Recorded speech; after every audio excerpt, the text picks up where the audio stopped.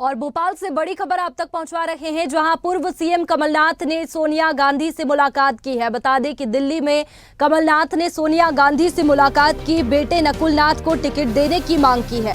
साथ में खुद के लिए राज्यसभा टिकट की मांग की। राज्य की राजनीति अगली पीढ़ी को सौंपना चाहते हैं कमलनाथ। 13 फरवरी को भोपाल में विधायकों के लिए डिनर पार्टी रखी गई है और कमलनाथ ने दिल्ली में सोनिया गांधी से मुलाकात की। बता दें कि बेटे नकुलनाथ को टिकट देने की मांग की है, साथ में खुद के लिए राज्यसभा टिकट की भी मांग की है। तो राज्य की राजनीति अगली पीढ़ी को सौंपना चाहते हैं कमलनाथ। 13 फरवरी को भोपाल में विधायकों के लिए डिनर पार्टी रखी गई है। तो ये बड़ी खबर भोपाल से आप तक पहुंचवा रहे हैं, जहां कमलनाथ ने दिल्ली में सोनिया गांधी से मुलाकात की और बेटे नकुलनाथ को टिकट देने की मांग की है। लोकसभा चुनाव नजदीक है और ऐसे में तैयारियों में जुटे हुए हैं पार्टी की एक कार्यकर्ता और नेता। इस बीच कमलनाथ दिल्ली पहुंचे और कमलनाथ ने दिल्ली में सोनिया गांधी से मुलाकात की, बेटे नकुलनाथ को टिकट देने की मांग की है, साथ में खुद के लिए राज्यसभा की टिकट की भी मांग की है।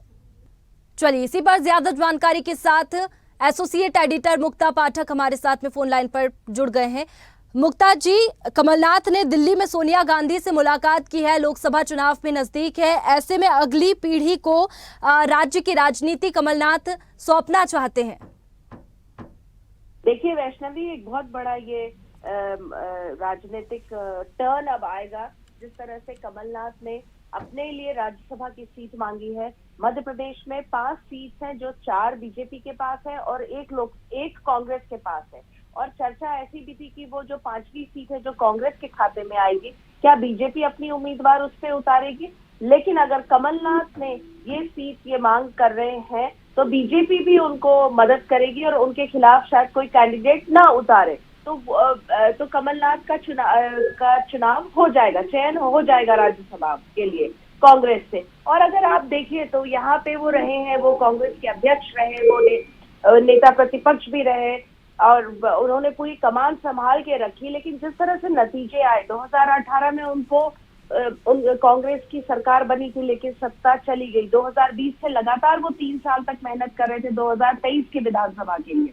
माहौल भी बना था कि कांग्रेस का जो एंटी इनकम्बेंसी है और कांग्रेस के फेवर में रहेगा। लेकिन जिस तरह से बीजेपी की ऐतिहासिक जीत हुई, उसके बाद से लगातार कांग्रेस में कमलनाथ के विरोध स्वर उठ रहे थे। ये मध्य प्रदेश की अगर हम बात करें तो ऐसे में उन्होंने सोचा होगा कि अब मैं राज्यसभा चले जाऊं। और नकुलनाथ तो लगातार बोलते आ रहे हैं कि छिंदवाड़ा से वही लड़ेंगे, उन्होंने छिंदवाड़ा में घोषणा भी की थी। तो उसी बात को मोहर लग रही है कि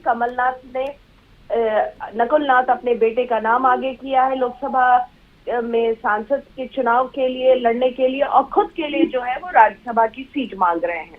बिल्कुल मुक्ता जी, यहाँ पर बेटे नकुलनाथ को भी आगे बढ़ाने की कोशिश कमलनाथ कर रहे हैं और नकुलनाथ खुद भी दावा करते हैं और कुछ ही समय पहले एक बयान भी उनका आया था छिंदवाड़ा में कि वही लोकसभा का चुनाव लड़ेंगे। जी बिल्कुल, नकुलनाथ ने भाषण में कहा था, जिसको लेकर भी काफी विवाद हुआ था, क्योंकि बीजेपी यही आरोप लगा रही थी कि देखिए जो हम परिवारवाद की बात करते हैं वो कांग्रेस में है, अभी तय नहीं हुए हैं सीट्स और कौन चुनाव लड़ेगा, टिकट किस आधार पे बटेगा, एक समिति होती है जो तय करती है। वो सब होने से पहले ही नकुलनाथ ने डिक्लेयर कर दिया कि मैं छिंदवाड़ा से चुनाव लड़ूंगा। तो उनके इस बयान को बीजेपी में काफी क्रिटिसिज्म भी हुआ था कि देखिए आप कैसे डिक्लेयर कर सकते हैं कि आप ही उम्मीदवार हैं, इससे पहले की पार्टी तय करती है आपका टिकट। जी चलिए, बहुत शुक्रिया आपका तमाम जानकारी के लिए।